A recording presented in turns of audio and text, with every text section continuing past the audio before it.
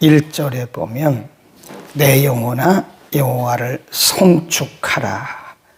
내 속에 있는 것들아 그 성호를 송축하라. 2절도 보면 내 영혼아 여호와를 송축하라. 송축하라고 하는 말씀이 명령형으로 해서 1절과 2절에 3번 나오고요.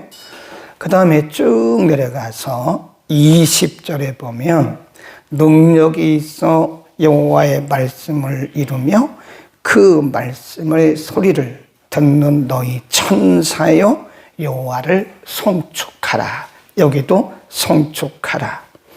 21절도 보면 맨 끝에 천군이여 여호와를 송축하라. 22절에도 보면 여호와를 송축하라. 내 영혼아 여호와를 송축하라.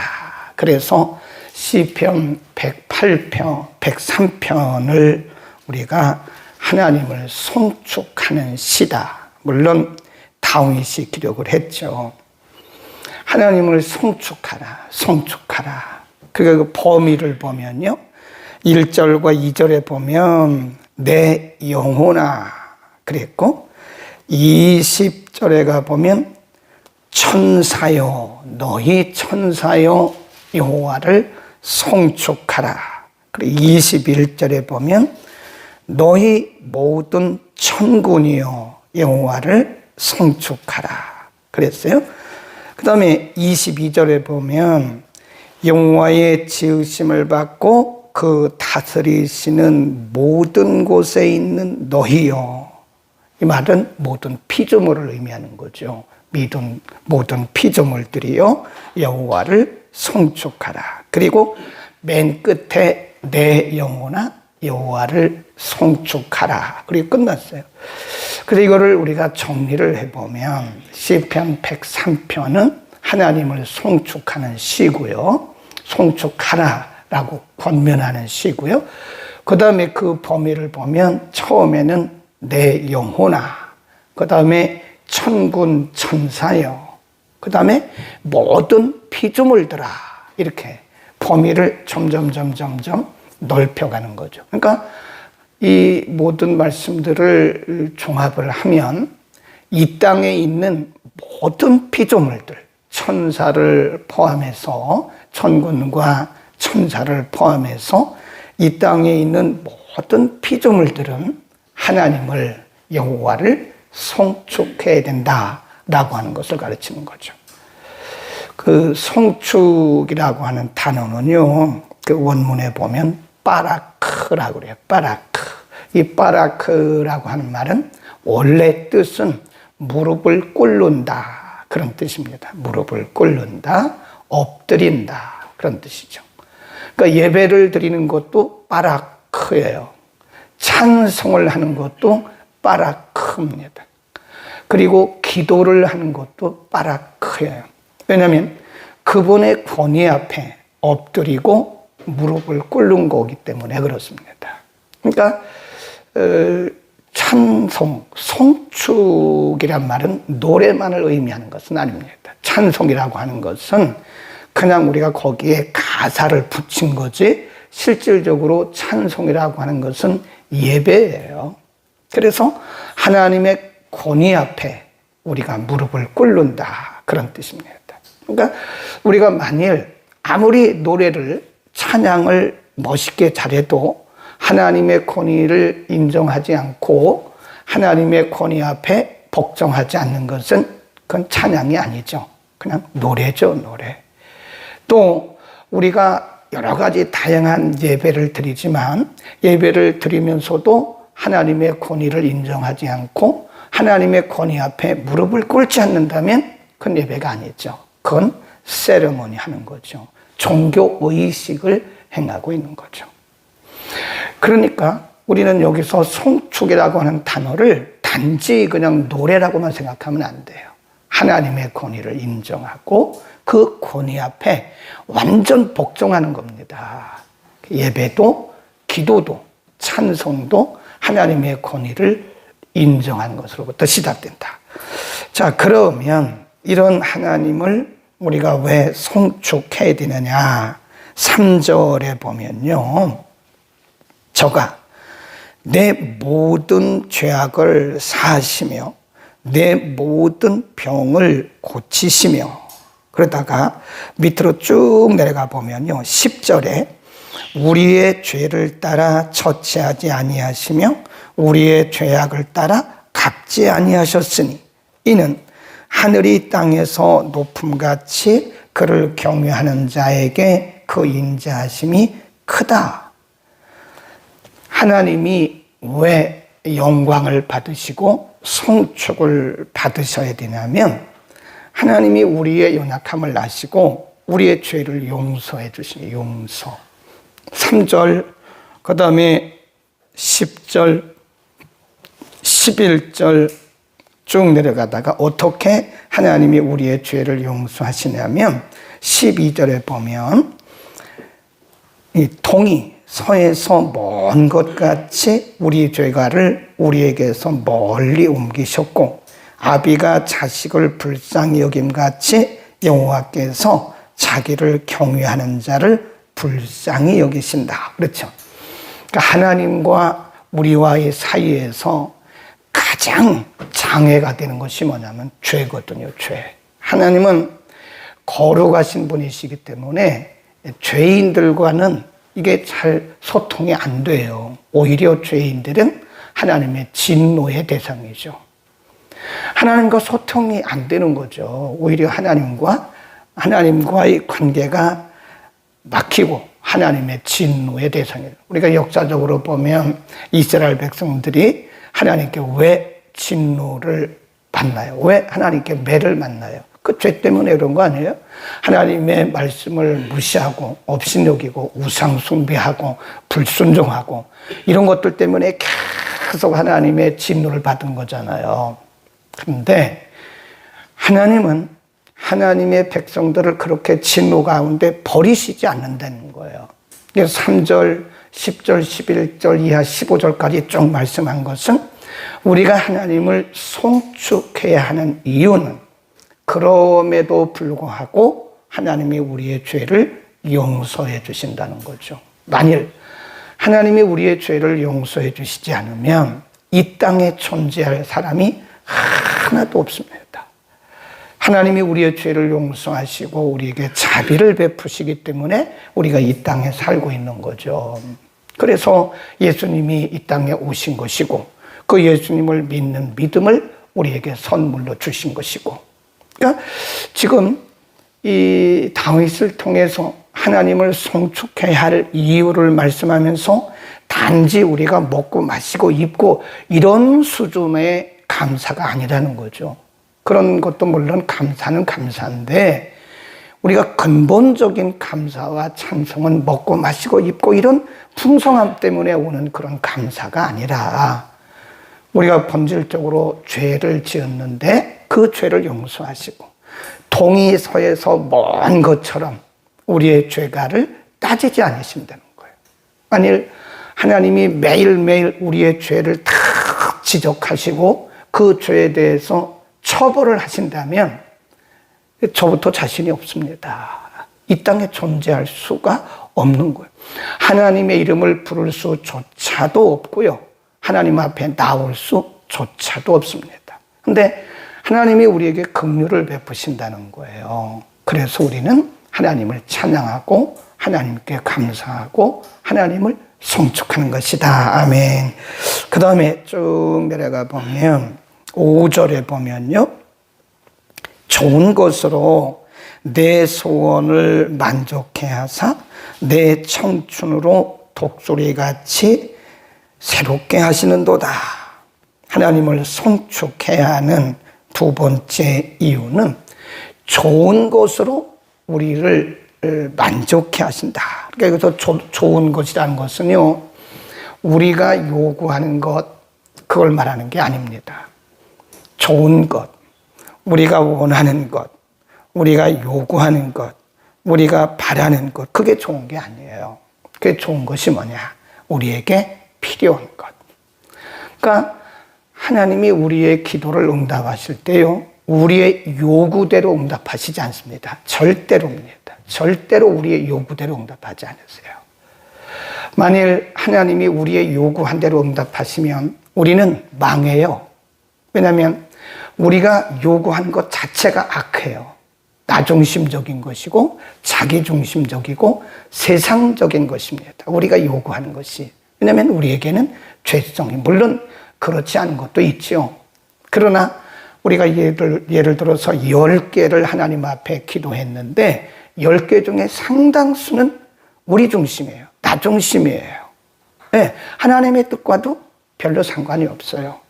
나 중심. 그래서 하나님은 우리의 기도를 응답하실 때 우리가 요구하는 대로 응답하시는 것이 아니라 뭐대로 응답하세요? 우리의 필요. 우리의 필요. 하나님은 우리의 필요를 아세요. 무엇이 있어야 되고 무엇이 없어야 될 것인지. 근데 우리가 이렇게 생각하면 돼요. 하나님 앞에 내가 이렇게 많은 것을 기도했는데 왜 하나님 들어주시지 않지? 거기는 3가지 이유가 있겠죠. 하나는 내가 하나님의 뜻대로 구하지 않았다. 2번째는 아직 때가 되지 않았다. 3번째는 그것은 나의 필요가 아니고 나의 요구이다. 그러니까 우리의 요구가 다 응답되리라고 생각하면 우리는 성경을 잘못 알고 있는 거죠. 그러니까 좋은 것으로 우리에게 응답하신다. 그 말은 우리의 필요를 따라서 응답하신 분이시다. 아멘. 그러니까 우리가 감사한 거죠. 만일 우리의 요구대로 다 응답했으면 좋을 것 같잖아요. 우리 망했어요. 여기 있지도 않습니다. 벌써 망했습니다. 하나님은 우리에게 있어야 할 것과 없어야 할 것을 아신다고요. 한 방에 하세요. 그래서 우리에게 없어야 할 것은 하나님이 무응답하시는 거예요. 네. 그러니까 무응답도 응답이라니까요. 그게 무슨 말이냐고. 무응답이 응답이에요. 응답해 주시지 않는 것이 우리에게 유익입니다. 여기서 5절 말씀을 꼭 기억하셔야 됩니다. 하나님은 좋은 것으로, 그럴 때 그 좋은 것이라고 하는 것은 우리의 필요를 의미하는 것이다. 우리의 요구가 아니라 우리의 필요를 따라서 우리에게 응답하시고 공급하시는 분이시다. 그 다음에 쭉 내려가시면 8절로 갑니다. 8절. 여호와는 자비로우시며 은혜로우시며 노하기를 더디하시며 인자하심이 풍부하시다. 거기서 줄급시다. 풍부하죠. 우리하고 달라요. 사람하고 다릅니다. 그 다음에 9절에 보면 항상 경책지 아니하시며 노를 영원히 품지 아니하신다 그랬어요. 하나님이 진노하심이 영원하지 않다. 영원히 품지 않는다. 하나님은 자비로우시고 은혜로우시고 노하기를 더디하신다. 인자하심이 풍부하시도다. 하나님의 기다리심을 의미할 기다리심. 그러니까 만일 하나님께서 우리 개인이나 가정이나 교회나 이 나라나 민족 위에 어떤 공동체 위에 하나님의 잣대, 하나님의 말씀을 기준으로 해서 그때마다 하나님이 진노하신다면 우리가 존재할 수가 없어요. 하나님은 기다리시는 거예요. 노하기를 더디하신다니까요. 네. 사람은 그렇지 않잖아요. 사람은 잘 나가다가 하나만 잘못해도 그것이 그 사람에게 큰 흠이 되잖아요. 잘 나가다가 하나만 잘못해도. 이 사람은 그런데 하나님은 기다려주시는 거예요. 기다려주시고 기다려주시고 기다려주시고 그래도 듣지 아니하면 징계하시고 그 징계도 크게 안 하세요. 살짝 징계하시고 또 기다리시고 기다리시고 기다리시고 또 기다려주시고 그 우리가 성경에 보면 탕자의 비유가 나오잖아요. 집 나간 아들을 기다리시는 아버지, 그게 하나님이거든. 하나님. 아버지의 재산을 가지고 가서 다 허랑방탕한 그 아들을 그래도 기다리신다. 기다려요. 그 아들이 모든 걸 다 잃어버리고 아주 남루한 모습으로 돌아올 때도 아버지는 그 아들을 알아봐요. 그리고 막 뛰어가서 그 아들을 끌어안고 입 맞추고 집에 데리고 와서 그 옷을 다 갈아입히고 반지를 끼워주고 잔치를 벌이고, 그게 하나님이거든요. 그분이, 그 아버지가 인자하심이 풍부한 하나님을 의미하는 겁니다. 비유예요. 하나님은 노하기를 더디하시는, 인자하심이 풍부하신 분이시다 하는 것이고요. 그 다음에 17절로 가면 이렇게 말씀하죠. 여호와의 인자하심은 자기를 경외하는 자에게 영원부터 영원까지 이르며 그의 위는 자손의 자손에까지 미친다. 그래요. 영원까지, 영원부터 영원까지. 그러니까 하나님의 이런 인자하심과 하나님의 이런 자비하심이 하나님을 경외하는 자에게는 영원부터 영원까지다. 그러니까 하나님이 우리에게 기다려 주시고 용서해 주시고 자비를 베풀어 주는 것이 일시적인 것이 아니라는 거예요. 그러니까 우리가 이것을 뭐라 그러냐면 하나님의 언약 그럽니다. 언약.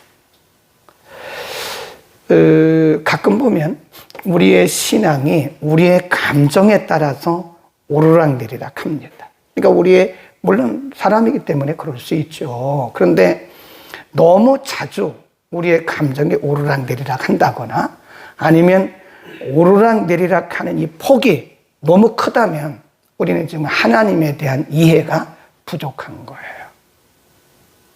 왜 그러냐? 어떤 사람들은 사람이 살다 보면 믿음이 좋을 때도 있고 믿음이 조금 떨어질 때도 있는 거지, 어떻게 누가 그 믿음이 항상 올라가는 사람이 어디 있습니까? 표현들을 안 해서 그렇지 사람의 믿음은 오르락내리락 하면서 이렇게 올라가는 거예요. 우리의 신앙도 모든 게 다 마찬가지죠. 그런데 예를 들어서 우리의 신앙이 이렇게 올라갔을 때는 아멘하고 할렐루야하고 간증하고, 그러다가 조금 환경이 안 좋아서 마음이 조금 우울하고 위축돼 있을 때는 하나님이 나를 버리신 거야? 그러면서 하나님에 대해서 우리가 의심한다면 하나님과의 관계를 다시, 하나님과 우리와의 관계도 마찬가지라니까요.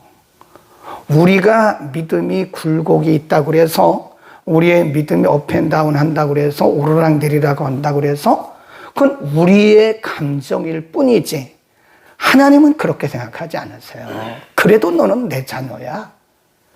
하나님과 우리와의 관계는 언약 관계라니까요. 행위 관계가 아니고 언약 관계이기 때문에 그것은 우리의 감정일 뿐이고, 위에 계신 하나님은 우리와 그 맺은 언약 관계가 영원부터 영원까지다, 그 말씀입니다. 그러니까 우리는 하나님을 신뢰해야 돼요. 하나님이 나를 버리신 게 아닌가? 절대 그렇지 않습니다. 하나님은 한번 우리를 그의 자녀 삼으셨으면 끝까지 그 언약을 지키시는 분이지, 우리의 감정이나 우리의 어떤 상황에 따라서 하나님 우리를 버리시는 그런 분이 아니다. 하나님의 자비는 영원부터 영원까지다. 17절 꼭 기억하시기를 바랍니다.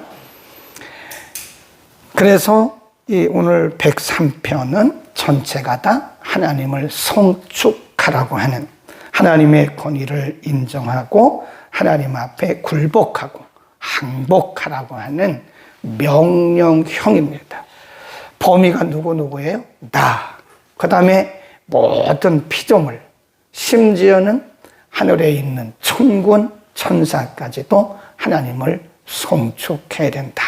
오늘도 주일이잖아요. 우리가 하나님을 예배할 때 그냥 늘 습관적으로 예배하지 말고 정말 바라크, 그분의 권위 앞에, 하나님의 그 영원한 권위 앞에 우리가 항복하고 굴복하고 하나님의 권위를 인정하면서 한번 예배를 드려보자고요. 그 위대하신 하나님, 우리의 죄, 나의 죄를 용서하시되 영원토록 품지 아니하시고 우리를 향하신 그분의 약속을 지키시되 영원부터 영원까지 지키시는 그 위대하신 하나님을 우리가 한번 마음에 품고 예배를 드려보자고요. 그러면 예배가 다릅니다.